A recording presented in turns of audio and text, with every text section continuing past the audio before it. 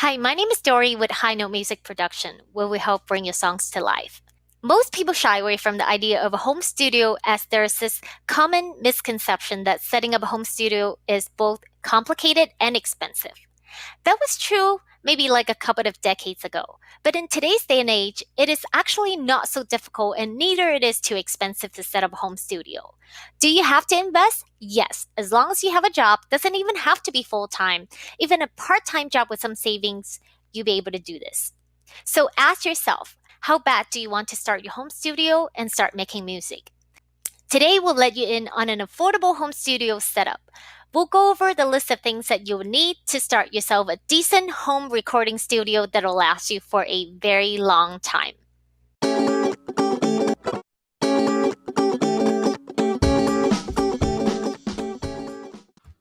Modern computers and open source software have brought home studios within reach of everyday people like me and you. Some people might still not believe that you can actually record decent music and vocals in true studio quality right in the comfort of your own home without breaking the bank. Just to clarify one thing real quick, because I get asked this a lot. You do not need any expensive analog outboard gear to make decent music. Okay, so are we good? Alright, so let's get started with the number one most important thing on the list that you would need to build your home recording studio, which is a computer. You probably think that this is a no-brainer. Yes, anyone knows that you would need a computer to run your digital audio workstation software. But what you probably don't know is what kind of computer you would need. And I'm telling you this because I don't want you to make the same mistakes I made by going through all the trouble that I didn't need had I purchased a high-performance computer in the first place. I know the main point of this video is to help you get the maximum returns out of the limited money at your expense. But I have to tell you that a high-performance computer is the only expensive thing you need. The rest of the stuff on the list are gonna be pretty affordable. So now, I'm going to explain to you why it's so important to invest in a good computer. What I did basically back then was I just went with the existing Windows computer that I had at the time. I know some people might say, oh, just use what you already have. There's no reason to go out and buy a new computer. I say I disagree on that. First of all, the person that gives you advice to not go out and buy a decent computer to make music with, does this person even know what kind of computer you have? Unless he also produces music and personally is going to take a look at your existing computer, but if not, I wouldn't listen to him because that's exactly the mistake I made back then by going with my friend's advice at the time. I think he used to DJ a little bit here and there. Anyway, he basically said that I should not even consider a Mac, as I did bring up about GarageBand to him. He said, nope, just use the existing Windows computer you have. He also mentioned that Mac products are all overpriced. GarageBand is nothing special. He told me to buy this audio interface that he recommended that I don't even have any memory of what brand it was. He advised me to run Reaper on my PC. Not sure if you've heard of Reaper. Anyway, long story short, turned out I was having a very hard time figuring out how to use Reaper on my own as a complete beginner, followed by not successfully making the drivers communicating with all my other devices properly. Plus a whole bunch of frustration dealing with my computer crashing down on me many times, until I switched to a Mac. Got myself an M audio interface coming from a person like me that's not tech savvy. I was able to set up everything myself without needing any help from anyone and had been using GarageBand from that point on. Don't get me wrong, this isn't about Mac system being better than PCs or anything like that. I know tons of people now that run Ableton, Pro Tools, Studio One on a Windows computer and they're perfectly happy. I'm just speaking from my experience many years ago trying to get recording to work, and at that time it happened to be Windows that I was dealing with that gave me a bunch of trouble. Now, the reason why I highly recommend a Mac because I've been having great experience since switching from Windows, also have since upgraded from GarageBand to Logic, which I absolutely love, and Logic Pro only works on Mac and will not run on Windows.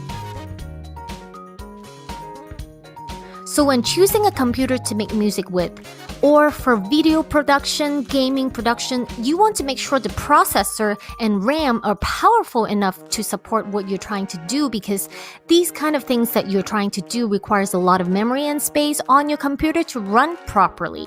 My MacBook Pro has an IT processor and 16GB of RAM, which gives me the ability to run a large number of tracks inside Logic Pro without any issues. So that's number one on the list. Make sure you invest in a good computer, which is a must.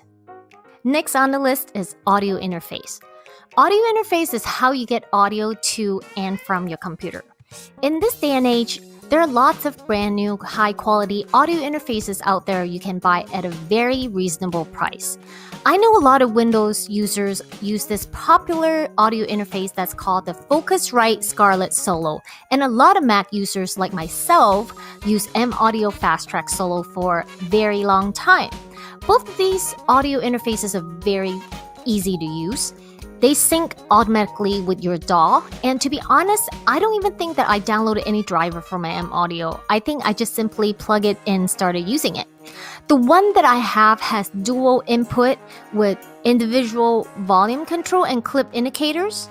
It also has an active monitoring output that can be connected to a headphone or monitors. It has phantom power option too that allows you to connect a condenser microphone without requiring any additional power supply.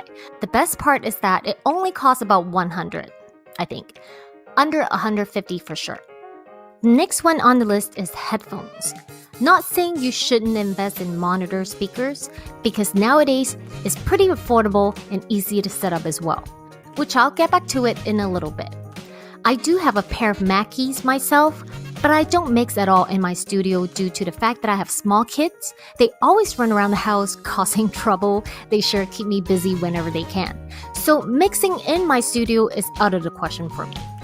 But the good news I want to point out is mixing with headphones can do an equally good, if not a better job. The headphones that I recommend is the Sennheiser HD598. It is from a well-known brand in the audio industry and has an excellent frequency response as well. There are a couple options of this model, close back and open back. If you're going to record your vocals and using these headphones to track the vocals, you will want close back, because otherwise the open backs will leak sound into the mic. As for mixing with your headphones, you would need the open back option, which will give you a wider sound so it almost sounds like everything's in a room with you. Close back will cost you about $150, open back costs about $190-ish, so under $200. As promised, let me show you some affordable monitor speakers that you're welcome to buy, because they really don't cost that much anymore. And of course, there are differences between mixing with your monitor speakers versus mixing with your headphones.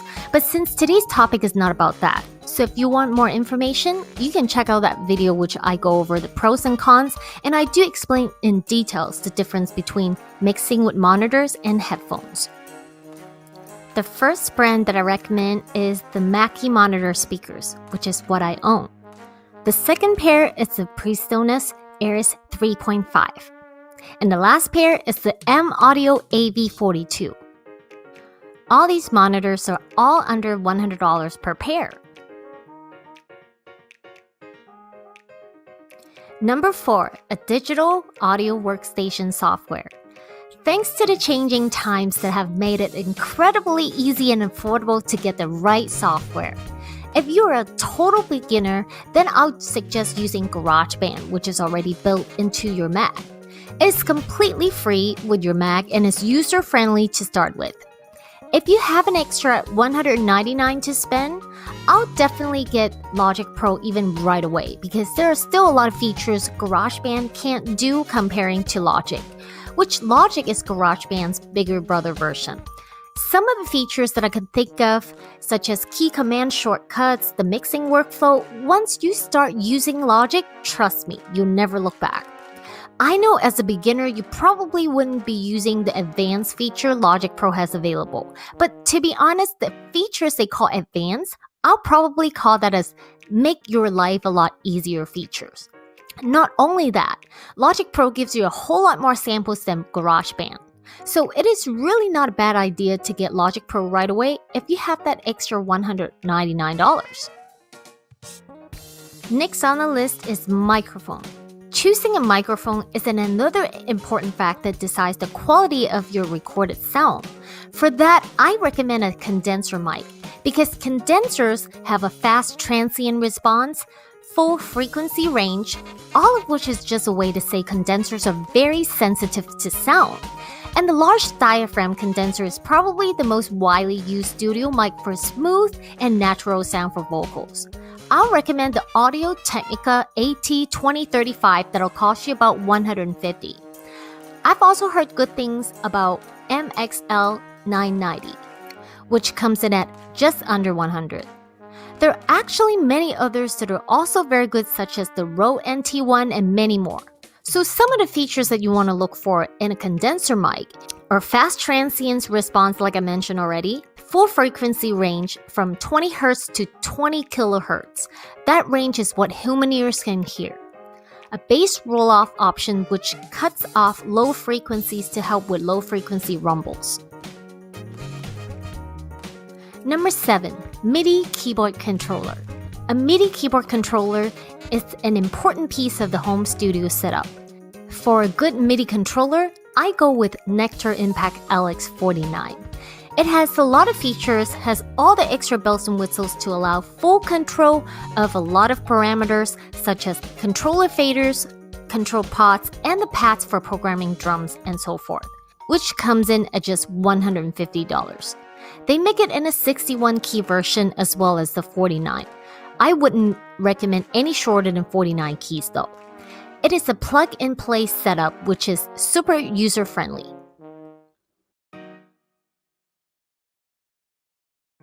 Next on the list, I highly recommend a vocal reflection filter, which basically is a mini vocal booth. Since we all know acoustic panels to treat your sound room can get pricey, so a quick and easy and affordable way to give your vocal more clarity and more solid sound is to use a vocal reflection filter.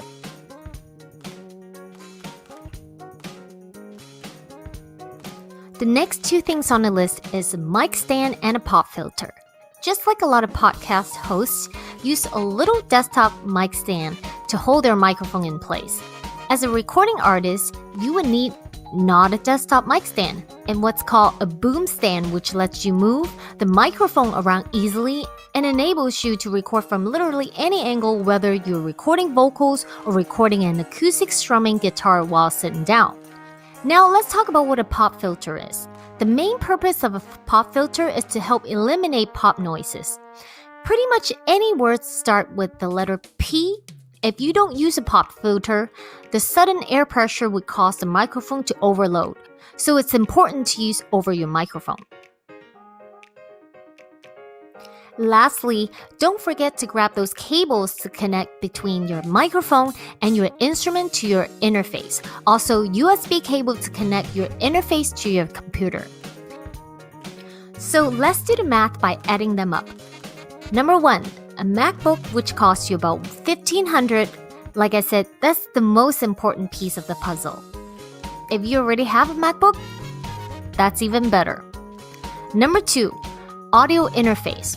$150. Number 3, headphones, $150. Number 4, a DAW, which is free because GarageBand already comes with your Mac. Number 5, condenser mic, $100. Number 6, MIDI controller, $150. Number 7, vocal reflection filter, $50. Number 8, mic stand, $20. Number 9, a pop filter, $10. Number 10, cables, $20. And keep in mind too, a lot of these are sold as a bundle with a discounted price. So if you plan to buy them as a bundle, it's going to be cheaper than what I just quoted you for. So there you have it. If you already have a MacBook, an awesome studio setup for just a grand total of $650. If not, add $1,300 to $1,500 on top of your $650. Now, keep in mind, all these things on the list will last you for at least the next 5 years. realistic talk here. If you're not willing to invest that much into building your home recording studio, then it tells me you're just not quite ready to invest in your most valuable asset, which is yourself, and you just don't have that mindset yet to becoming an entrepreneur. You're making songs here, right? You're going to make your own product. You're on your way in becoming an entrepreneur in case you don't know it already. If your answer is yes, it tells me you're ready to commit and share your talent with the world and you're ready to deliver value to your fans. I'm super excited for you in your musical journey. Go ahead and download my home studio on a budget checklist and let's get started.